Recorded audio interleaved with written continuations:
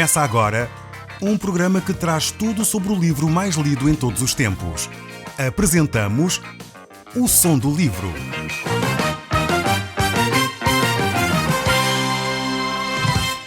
Seja muito bem-vindo. Neste podcast vai encontrar o livro mais conhecido e lido em todo o mundo.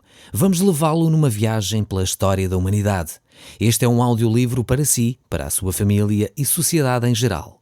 Contextualização e comentários de Paulo Chaveiro. Nós já tivemos a oportunidade de ver no último programa a experiência que o apóstolo Paulo teve na Arábia com Jesus Cristo. Nós vimos que foi lá que ele recebeu a revelação do Evangelho da parte do Senhor Jesus Cristo. O Senhor Jesus Cristo conduziu Paulo a essa experiência e revelou efetivamente o Evangelho tal qual tinha revelado a Pedro, a João, a Tiago e aos demais apóstolos. É verdade que este Evangelho era o mesmo, e era isso que Paulo queria transmitir aos cristãos da região da Galácia. Nós vamos ver aqui no capítulo 2 desta epístola de Paulo aos Gálatas que havia uma harmonia perfeita entre o Evangelho que Paulo havia anunciado e o Evangelho que os apóstolos em Jerusalém pregavam. Ele realmente tinha estado pouco tempo com os apóstolos em Jerusalém. Tinha estado uma visita curta e breve à cidade de Jerusalém, mas a revelação que ele tinha recebido de Jesus era exatamente igual. Por isso vamos pegar então no texto bíblico e no livro dos Gálatas, no capítulo 2, no verso 1, nós vamos poder ver então a continuação da explicação que o apóstolo Paulo faz da sua relação com os apóstolos em Jerusalém. Ele continua a relatar dizendo, no verso 1 deste capítulo 2, 14 anos depois subi outra vez a Jerusalém com Barnabé, levando também a Tito. Vemos aqui que o apóstolo Paulo, de novo, volta a Jerusalém, acompanhado agora por um jovem pregador chamado Tito. Ele era grego, este Tito. Era grego e era gentio. Não tinha sido circuncidado. E a grande questão que era discutida nesta altura era exatamente este assunto. Será que uma pessoa que se torna cristã deve ou não ser circuncidado? Será que para ser salvo é necessário cumprir as leis rituais do Antigo Testamento? Esta era a grande questão que iria ser discutida num concílio em Jerusalém. Este foi o primeiro encontro da liderança cristã a nível mundial e lá eles discutiram então esta questão. Foi o primeiro concílio, o concílio de Jerusalém. Encontramos este concílio relatado no livro dos Atos, no capítulo 15. E a pergunta que era para ser respondida era se efetivamente o homem é salvo simplesmente pela graça ou então necessita da lei para ser salvo. E esta era a grande questão que deveria ser debatida. Estava ali Tito presente, que acompanhou o apóstolo Paulo, e a pergunta seria, será que Tito é forçado a ser circuncidado, sim ou não? Esta era uma questão extremamente importante naquela altura. Provavelmente para nós, hoje em dia, que já passamos 2 milénios sobre esta questão, ela quase nem se levanta. No entanto, eu sei que há cristãos que ainda colocam muitas acréscimos ao Evangelho. Há pessoas que dizem, ok, a fé em Cristo é essencial, ok, reconhecemos que Jesus Cristo é o nosso Salvador, mas necessitamos de guardar as tradições. Mas necessitamos fazer boas obras. Mas necessitamos guardar o sábado. Mas, e acrescentam um mas ao Evangelho de Jesus Cristo. Como eu disse, talvez para nós a questão da circuncisão está arrumada, mas necessitamos não acrescentar mais coisas ao Evangelho de Jesus Cristo.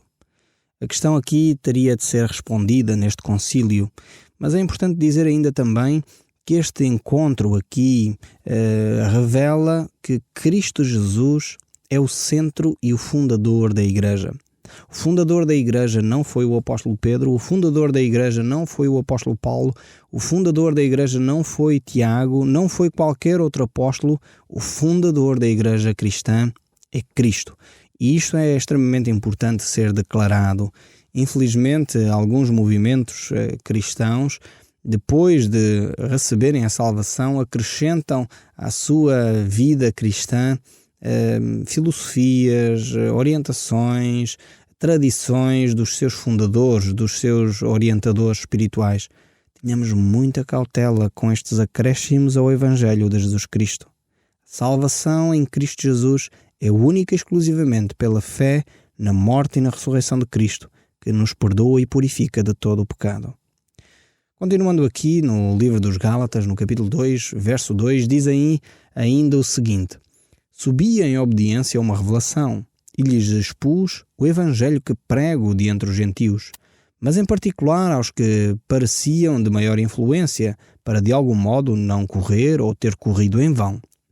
Paulo aqui tem o cuidado suficiente e a humildade suficiente para, apesar de ter recebido uma revelação diretamente de Deus, poder ter este encontro com os apóstolos e dizer: ok, isto é o que eu recebi da parte de Deus. Confirma-se com aquilo que vocês receberam da parte de Deus, é isso que vocês têm pregado e anunciado, e compararam então aquilo que de alguma forma os apóstolos em Jerusalém tinham recebido da parte de Cristo e aquilo que o apóstolo Paulo tinha recebido da parte de Cristo também. E o que eles chegaram à conclusão é que o Evangelho é o mesmo.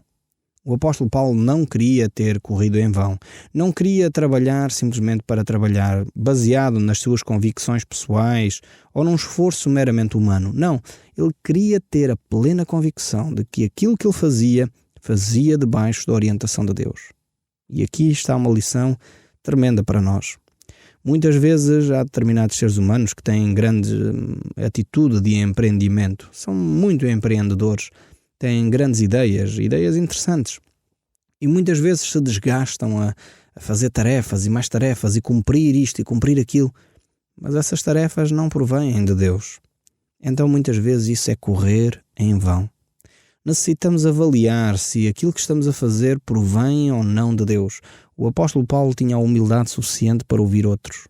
Minha pergunta para si é: você tem a humildade suficiente para ouvir os outros? Quando os outros lhe estão a mostrar uma orientação diferente, quando os outros cristãos à sua volta estão a mostrar que se calhar você está a entrar num turbilhão de atividades que não o conduzem a lado nenhum.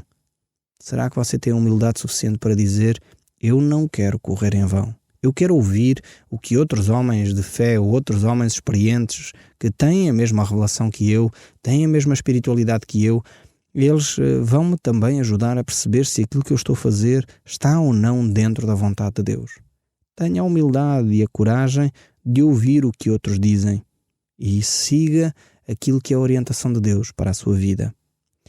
Capítulo 2 do livro de Gálatas, no verso 3, diz ainda: Contudo, nem mesmo Tito, que estava comigo, sendo grego, foi constrangido a circuncidar-se. E isto por causa dos falsos irmãos que se entremeteram com o fim de espreitarem a nossa liberdade que temos em Cristo Jesus e reduzir-nos à escravidão. Então Paulo e Tito estavam agora em Jerusalém e assim, bem como Barnabé, estavam os três neste concílio, onde iriam verificar se o evangelho que tinham anunciado se conformava ou não com o evangelho que os 11 apóstolos tinham recebido de Jesus Cristo. Este concílio tinha essa responsabilidade para decidir esta questão tão importante. Será que se deve de acrescentar alguma coisa à salvação de Cristo, ou a morte e a ressurreição de Cristo na cruz é suficiente para a nossa salvação? O verso 5 então prossegue aqui e ele continua a dizer: aos quais nem ainda por uma hora nos submetemos, para que a verdade do Evangelho permanecesse em vós. Vemos que o apóstolo Paulo mostra claramente que acrescentar coisas ao Evangelho de Jesus Cristo, a lei cerimonial, os ritos, as tradições, é escravidão. Não é a liberdade de Cristo. E isto tem de ficar claro na sua mente. Rituais podem ser interessantes, tradições podem ser interessantes. Algumas temos que respeitar, faz parte da nossa história, mas se isso substitui o Evangelho de Jesus Cristo, é escravidão. É o que diz o texto bíblico. Então ouçamos aquilo que a palavra de Deus diz e não nos submetamos à escravidão, mas vivamos em liberdade de Cristo, liberdade que Cristo comprou com o seu precioso sangue. O verso 6 ainda continua a dizer: E quanto àqueles que pareciam ser de maior influência, quais tendo sido outrora, não me interessa. Deus não aceita a aparência de homem, diz Paulo. Estes digo que me pareciam ser alguma coisa, nada acrescentaram. Ou seja, parece que havia ali um grupo de elite naquele concílio em Jerusalém, e esses que efetivamente tinham uma maior proeminência naquela reunião importante, o apóstolo Paulo diz, não acrescentaram nada ao evangelho que eu estava a anunciar. Não trouxeram mais-valia nenhuma. Aquilo que eu recebi de Cristo no deserto da Arábia durante 3 anos foi exatamente a mesma coisa que eles receberam de Cristo durante o tempo que estiveram na Palestina. É o mesmo evangelho. Não há divergências de evangelho. E o apóstolo Paulo prossegue no verso 7 a dizer, antes pelo contrário, quando viram que o evangelho da incircuncisão me fora confiado, como a Pedro o da circuncisão. O que o apóstolo Paulo está a dizer é que o evangelho é o mesmo. O público para quem eles falam é que é diferente. Enquanto o apóstolo Pedro falava àqueles que eram judeus, àqueles que eram da circuncisão, o apóstolo Paulo falava àqueles que eram gentios, aqueles que não tinham uma prática religiosa judaica. Portanto, falava àqueles que eram incircuncisos. A circuncisão era um ato que era praticado no povo judaico, que era o corte no prepúcio da criança, ainda em pequena idade. Era cortado ali o freio do prepúcio e ali então essa marca distinguia os judeus dos outros povos. E o apóstolo Paulo está a dizer que essa marca que era distinta, o apóstolo Pedro tratava com eles. Para os outros que não tinham esse nascimento judaico, não pertenciam a esse grupo, era ele que anunciava o evangelho. E esta era a conclusão que o concílio de Jerusalém estava a chegar. O verso 8 prossegue ainda, pois aquele que operou eficazmente em Pedro para o apostolado da circuncisão, também operou eficazmente em mim para com os gentios. Aqui está efetivamente a relação entre o trabalho de Pedro e o trabalho de Paulo. Deus operou da mesma forma. O mesmo poder que o apóstolo Pedro tinha para anunciar o evangelho era o mesmo poder que o apóstolo Paulo tinha para anunciar o evangelho, ou seja, é o poder do Espírito Santo. Quando o apóstolo Pedro pregava o evangelho às multidões em Jerusalém, havia conversões em massa. Quando o apóstolo Paulo saía pelas cidades gentílicas, seja em Éfeso, na Galácia, em Roma ou em qualquer outro lugar, ele anunciava o evangelho e multidões chegavam aos pés de Cristo. Este era o poder que o apóstolo Paulo tinha, era o mesmo poder que o apóstolo Pedro tinha. Era o poder do Espírito Santo para serem testemunhas de Jesus Cristo. Mas o texto continua no verso 9 ainda a dizer, e quando conheceram a graça que me foi dada, Tiago, Cefas e João, que eram reputados colunas, me estenderam a mim e a Barnabé a destra da comunhão, a fim de que nós fôssemos para os gentios e eles para a circuncisão, recomendando-nos somente que nos lembrássemos dos pobres, o que também me esforcei para fazer. Então nós temos aqui este texto que nos mostra que Paulo tinha uma obrigação única, ou nem era uma obrigação, era mais uma recomendação que lhe tinha sido dada. Era o Evangelho, estava tudo ok, aquilo que ele ensinava era exatamente o Evangelho de Jesus Cristo, o que eles disseram é, continua a esforçar-te para ter atenção para com os mais necessitados. E esta é uma referência extremamente importante. Nós cristãos não podemos deixar de lado aqueles que são carenciados. É fundamental anunciar o Evangelho de Cristo, o Evangelho da salvação, mas em simultâneo mostrar as obras daquele que nos chamou das trevas para a maravilhosa luz. Ou seja, não podemos deixar de apoiar aqueles que são carenciados, aquelas pessoas que são socialmente mais desfavorecidas. Talvez na nossa cidade ou talvez até em outros países. Hoje em dia fala-se muito nos países de terceiro mundo onde as carências são tremendas. Talvez aqui na Europa os carenciados tenham mais facilidade em encontrar alternativas para o seu sustento, para a sua vida, para a sua habitação. Mas há determinados países onde a miséria é extrema. E certamente nós cristãos Temos já feito muitas coisas, mas poderemos continuar a fazer ainda mais. Continuar a ajudar aqueles que são carenciados, aqueles que são necessitados. E esta é a recomendação da Palavra de Deus. Não podemos fechar os olhos àqueles que são desfavorecidos. Queremos anunciar o Evangelho Salvador de Cristo e eles não se podem misturar. O Evangelho não é um Evangelho social ou socializante. Não, o Evangelho de Cristo é aquele que fala a respeito da salvação eterna. Mas ao mesmo tempo é o mesmo Evangelho e é os mesmos cristãos que procuram soluções para o dia a dia, para amenizar as dificuldades dos carenciados e dos pobres. E eu dou graças a Deus porque muitas comunidades têm tido esta perspectiva social de levar o Evangelho de Jesus, levar esta graça de Deus que pode salvar a alma do homem para toda a eternidade. Mas juntamente com a salvação que é anunciada, é trazida também a solução para os problemas de ordem social. E isso tem-se refletido em grande bênção para aqueles que muitas vezes até não professam a mesma fé, até não querem saber de Cristo, mas que são carenciados e necessitam de um toque de amor, de um toque de carinho daqueles que têm o Evangelho de Cristo no seu coração. Então, não nos esqueçamos de anunciar a Cristo, mas ao mesmo tempo cuidar daqueles que são mais carenciados. O verso 11 ainda prossegue a dizer: quando, porém, Cefas veio a Antioquia, resisti-lhe face a face, porque se tornara repreensível. Com efeito, antes de chegar alguns da parte de Tiago, ele comia com os gentios. Quando, porém, chegaram, afastou-se e, por fim, veio a apartar-se, temendo os da circuncisão. Agora o apóstolo Paulo relata aqui um episódio bastante interessante. Ele relata este episódio que aconteceu com ele e Pedro quando estavam na cidade de Antioquia. Nós encontramos aqui, estes dois primeiros capítulos de Gálatas, esta reflexão que Paulo faz acerca da circuncisão, acerca destas questões. A primeira experiência que o apóstolo Paulo relata nestes dois primeiros capítulos é a sua estadia na Arábia, quando Paulo recebeu a revelação de Cristo. Uma segunda experiência que ele relata aqui é a sua ida a Jerusalém com os apóstolos. A terceira experiência que ele relata então é esta aqui que nós estamos a olhar, esta ida a Antioquia com o apóstolo Pedro, onde ele mostra claramente que a atitude de Pedro era reprovável. Então não temos aqui uma disputa de quem é o melhor apóstolo, não é essa a questão. Porque o apóstolo Pedro nunca se quis colocar como o melhor apóstolo ou coisa do género. Não, a ideia era de viver uma vida cristã condigna, uma vida cristã coerente.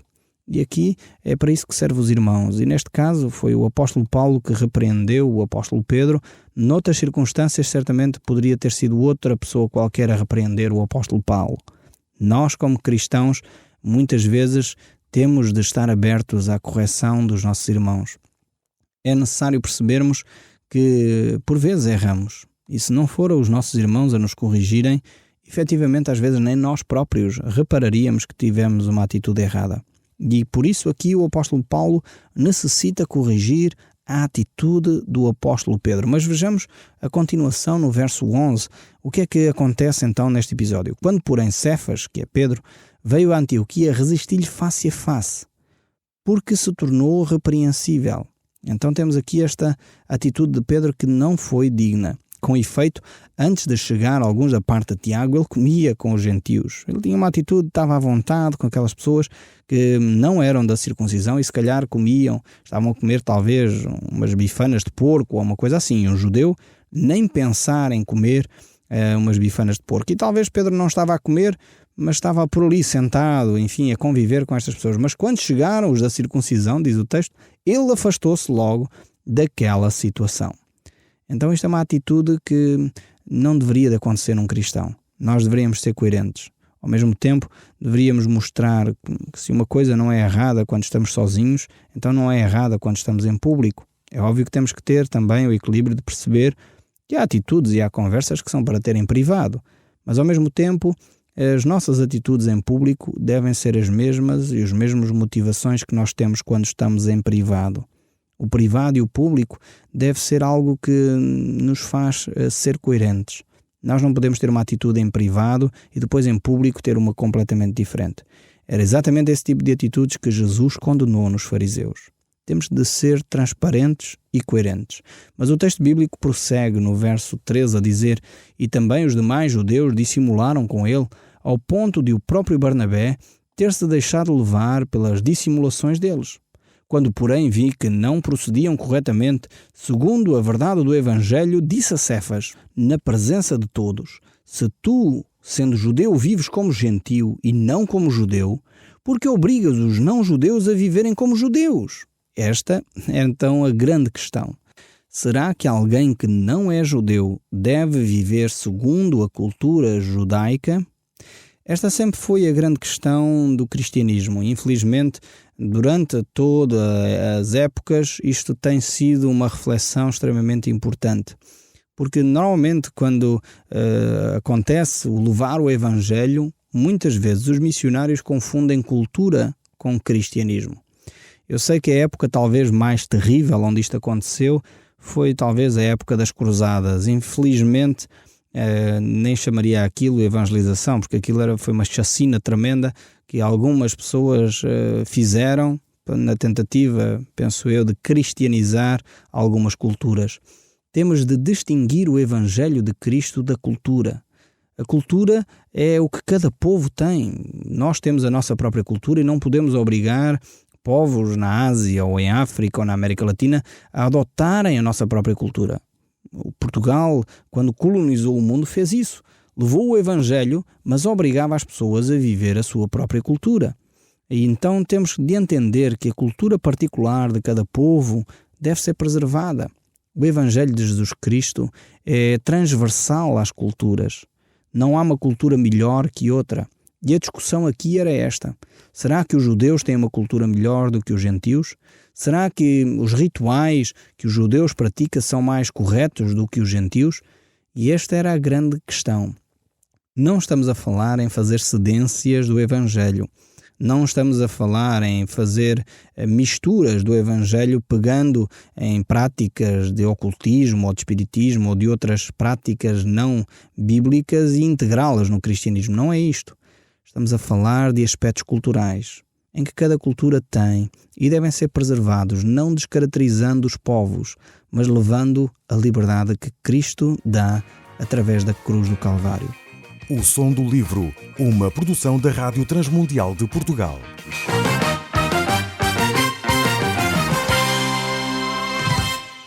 RTM. Conhece todos os nossos programas em rtmportugal.org. Uma produção da Rádio Transmundial de Portugal.